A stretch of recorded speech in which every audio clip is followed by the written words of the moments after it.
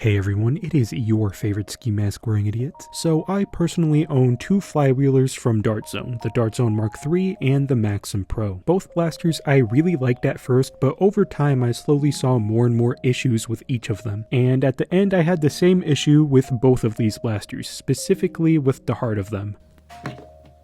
The flywheels. These flywheels from Dart Zone for me personally have just been misaligning themselves. In regular flywheel cages, the flywheels are perfectly over and under and the dart comes in smack dab in the middle. But in misaligned flywheels, one or both of the flywheels are slightly crooked or protruding outwards from the cage, and this heavily impacts accuracy and FPS. Both of these flywheels did exactly that, and it's really frustrating. God, this thing is so inaccurate, dude. Now, you can go into the blaster and push down on the flywheels until they realign themselves, which is what I did for both of these.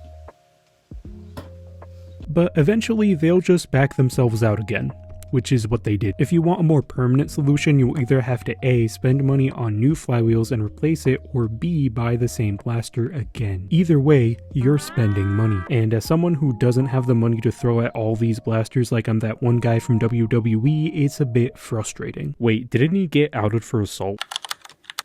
Oh yeah, it's a good thing I'm not him then. At first I figured that this was just the effect of high performance blasters and that this happened naturally over time, but no. This is my modified Strife, and if I had to guess the amount of darts I've put through this thing since December, I would say around 1,500, and that's being conservative. It could be closer to 2,000. And guess what? The flywheels are still perfectly aligned. This Strife has been putting in work. In comparison, I know my Maxim hasn't gone past 1,000 darts based on the amount I've used it so far. Now, these could just be lemons, especially since I haven't really seen anybody else talk about their problems with Dart Zone flywheel cages online, except for like one guy I talked to on Discord. So I'm hoping that these two are just lemons and that this isn't a case of me running blasters harder than they should be, despite other blasters not doing the same thing. So for my Maxim Pro review, I got a fresh cage in here, courtesy of a buddy from my group, and I'm going to be recording the amount of darts that go through this cage. That way I can see if the same issue happens and at what point it does happen. Again, I'm really hoping that these are just lemons, but if the same issue happens 3 times, but don't get it twisted, I'm not trying to do this to smear Dart Zone or as some kind of hit piece. I'm simply addressing the problems I've had with Dart Zone's flywheel blasters and giving my personal experience, and maybe even some answers from some of you in the comments. I'm just the voice of one man regarding these blasters, so take it with a grain of salt, but be mindful of the information. So that does it for this video. I hope you guys enjoyed and that you found what I had to say here interesting. Please consider leaving a like and subscribing if you enjoyed. It helps me out a ton. And if you have any of your own thoughts and ideas, feel free to drop them down in the comments below. I'd love to hear them. So yeah, that's about it.